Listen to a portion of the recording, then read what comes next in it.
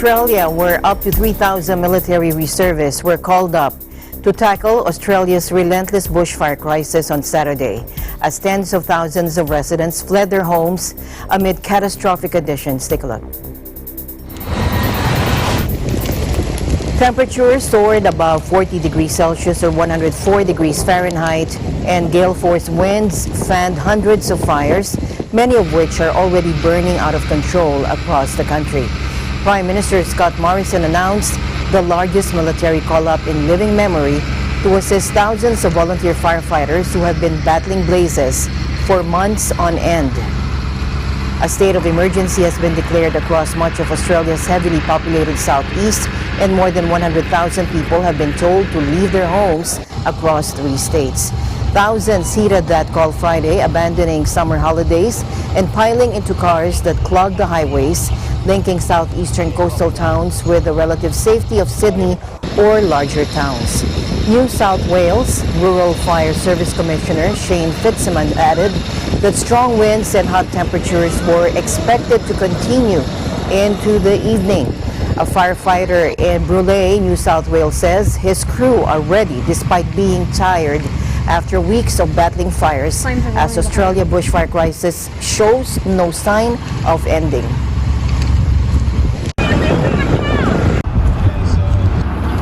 Yeah, so over last week we've had a fair bit of activity, but this fire started about 114 days ago, so we've been at it now for probably 4 or 5 weeks.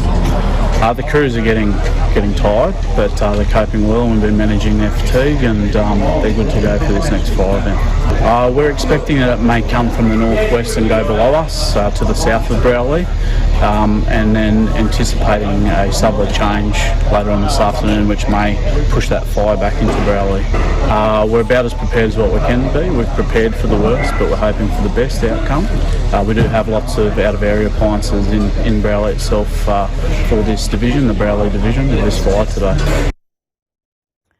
And an evacuee from Australian bushfire said, "I just want to be alive."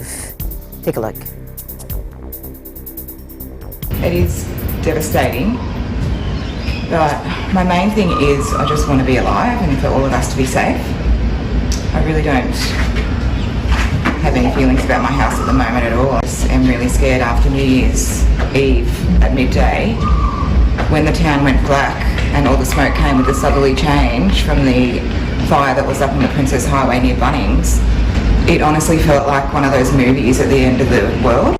It was black, orange, and the smoke was so thick you felt if you were to breathe it in you were going to suffocate. And that frightened me so much in my life that now I don't even think about the properties. We heard the helicopters go across. They were dropping buckets in the lake.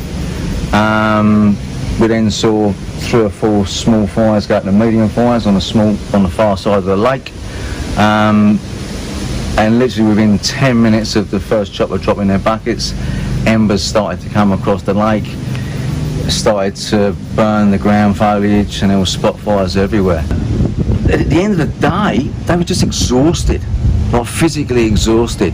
You know, they've come from Bateman's Bay, other towns. We can only see a small snapshot of what happened here, you know, but people aren't fresh. They've come from other bushfires, you know, so they were just quite literally lifting up their BA masks, necking water, and then putting their BA back on, and then just helping out. Well, I don't think it can be much worse than it was on New Year's Eve.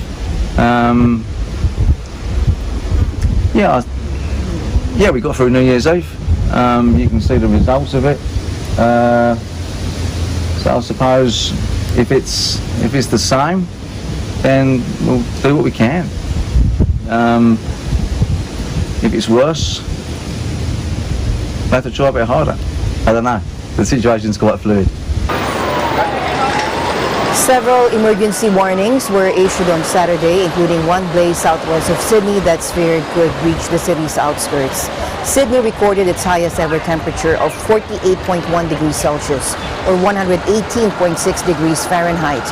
In the western suburb of Penrith and the nation's capital Canberra hit 42.9 degrees Celsius, also an all-time record according to the Bureau of Meteorology. Regional bushfires left Melbourne shrouded in smoke And people describe the effects of the ongoing bushfire crisis as surreal and overwhelming.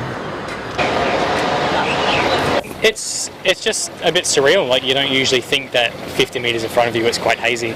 But besides from that, it's just, I think you just think about the people who it's actually affecting rather than just tourists in the city. You think about the firefighters out there and the families out there as well that are all battling the fires. I just feel nervous. I feel uneasy. I don't really feel like you can go about your daily business without having that feeling in your stomach, just concern for loved ones and just completely overwhelmed by the smoke. I mean, global warming is making it unignorable. It used to be something that would happen for a small period of the season in Australia during the summer, and now the entire summer our country is burning. It's being in a major metropolitan city and being completely overwhelmed by smoke, it stops you. No one can ignore it anymore. It's the environment has forced us to a point of no return, really. It's insane.